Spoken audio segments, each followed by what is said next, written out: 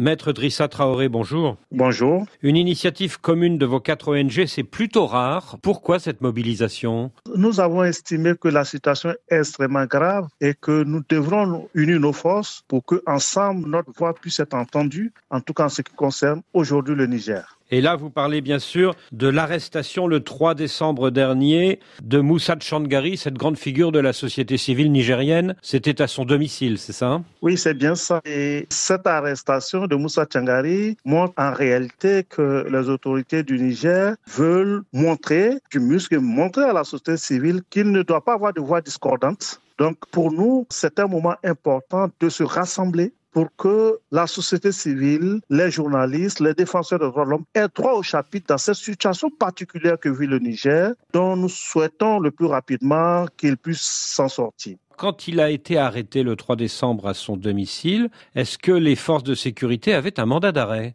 Non, lorsqu'ils sont arrivés au domicile de Moussa Tchangari, il leur a demandé s'ils avaient un mandat d'arrêt. Ils ont répondu qu'ils n'en avaient pas besoin et ils sont partis avec lui manu militari. Selon son avocat, Moussa Tchangari serait poursuivi pour apologie du terrorisme, atteinte à la sûreté de l'État et association de malfaiteurs en lien avec le terrorisme. Pourquoi des accusations si graves? Nous pensons que ce sont des accusations qui ont été avancées, surtout pour faire mal à Moussa Tchangari, mais pour montrer l'exemple, pour dire que toute voix qui va s'élever à l'encontre des propos ou des discours des autorités sera matée de la manière la plus sévère. Et ce sont des accusations qui pourraient permettre de faire de Moussa Tchangari un apatride dans son propre pays. Un apatride à qui on pourrait retirer sa nationalité? Absolument. Est-ce qu'il a été formellement inculpé? De nos informations, oui, il a été inculpé, donc d'apologie du terrorisme, d'atteinte à la sûreté de l'État, d'association de malfaiteurs en relation avec le terrorisme et donc gardé en détention. Aujourd'hui, les autorités qui sont arrivées par un push à la tête du Niger veulent nous montrer qu'il n'y a plus droit au chapitre pour les défenseurs des droits de l'homme, pour les défenseurs des libertés.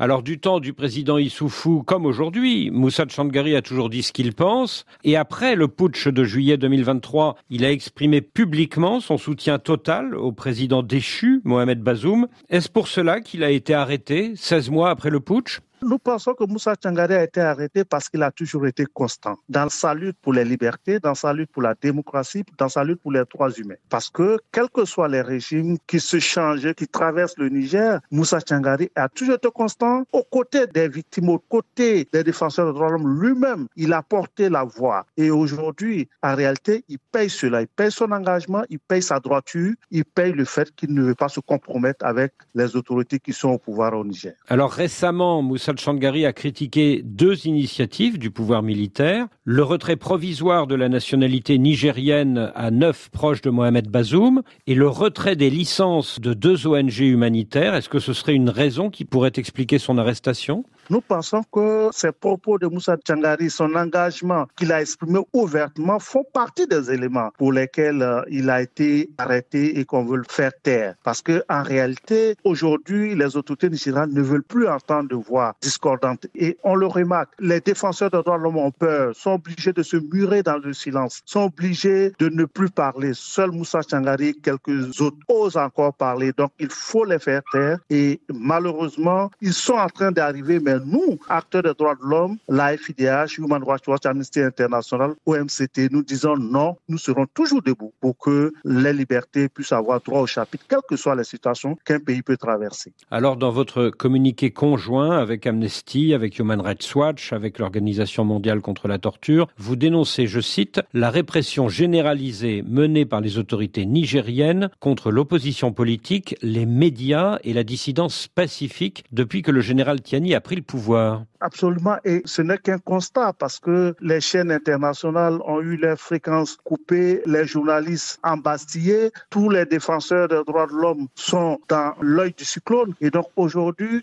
les autorités, ils sont arrivés par le push au pouvoir, veulent faire taire tous ceux qui peuvent parler, tous ceux qui peuvent dire ce qui se passe dans ce pays. Le prisonnier le plus célèbre au Niger aujourd'hui, c'est bien sûr Mohamed Bazoum. Son épouse est également détenue. Combien de personnes proches du président déchu sont actuellement en prison au Niger? Nous n'avons pas le nombre exact, mais il y a une trentaine de personnes qui sont détenues et Mohamed Bazoum, il est quasiment otage. Et donc, nous pensons que ce sont des faits qui ne sont pas acceptables et donc l'entourage de Mohamed Bazoum, beaucoup de ministres de son gouvernement qui a été déchu sont en prison sans qu'une procédure légale, sans qu'une procédure respectueuse des droits humains, sans qu'une procédure respectueuse des droits de la défense ne soit en cours. Nous estimons que c'est vraiment les droits de l'homme qui sont niés dans ce pays aujourd'hui. Alors parmi ces détenus, il y a en effet plusieurs anciens ministres du président Bazoum et notamment l'ancien ministre de l'énergie, Ibrahim Yacouba, qui était à l'étranger au moment du putsch et qui est revenu volontairement dans son pays au début de cette année. Mal lui en a pris. Pourquoi cet acharnement contre ce Nigérien qui est revenu volontairement chez lui? C'est un acharnement contre toute personne qui pourrait éventuellement faire ombrage aux autorités actuellement en place. C'est un plan savamment orchestré pour qu'il n'ait aucune volonté de vouloir dire ou faire des choses que les autorités n'accepteraient pas ou ne vont pas cautionner au Niger. En juillet dernier, 4 anciens ministres, dont l'ancien ministre de l'énergie Ibrahim Yacouba, ont bénéficié d'une décision de justice ordonnant leur mise en liberté provisoire, mais ils sont tous les 4 restés en prison. Pourquoi la décision de justice n'a-t-elle pas été respectée? Vous comprenez que c'est la suite du non-respect des règles de l'état de droit, c'est la continuité des violations des droits de l'homme, c'est la continuité de l'irrespect des décisions de justice et de la justice elle-même. Aujourd'hui,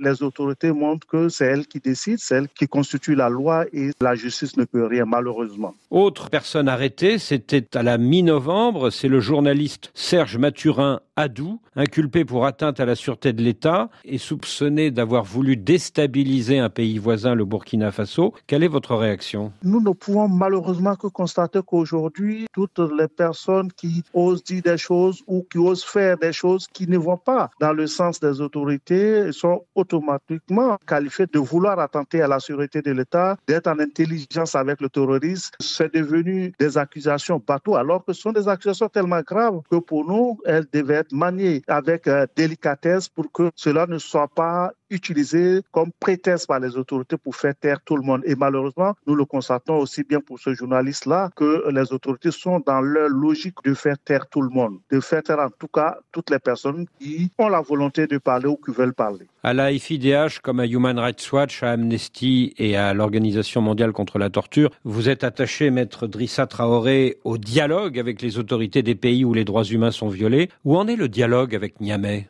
Malheureusement, à ce stade, il n'y a pas de dialogue du tout. Il n'y a pas de dialogue. Nous sommes dans la répression, nous sommes dans la posture du déni. Vous avez vu ces organisations au Niger qui ont eu leur autorisation retirée. Et donc, il n'y a pas du tout de voie au dialogue aujourd'hui. Mais nous espérons fortement que les autorités du Niger vont accepter d'ouvrir le dialogue avec nous, avec l'ensemble des défenseurs des droits humains, avec les acteurs de la société civile, pour qu'ensemble, on puisse aider à l'édification d'un Niger respectueux des droits de l'homme, d'un Niger état de droit, d'un Niger qui revient à la démocratie, aux règles de droit. Nous, c'est notre souhait le plus ardent et nous espérons que notre appel sera entendu. Monsieur le secrétaire général, merci. C'est moi qui vous remercie.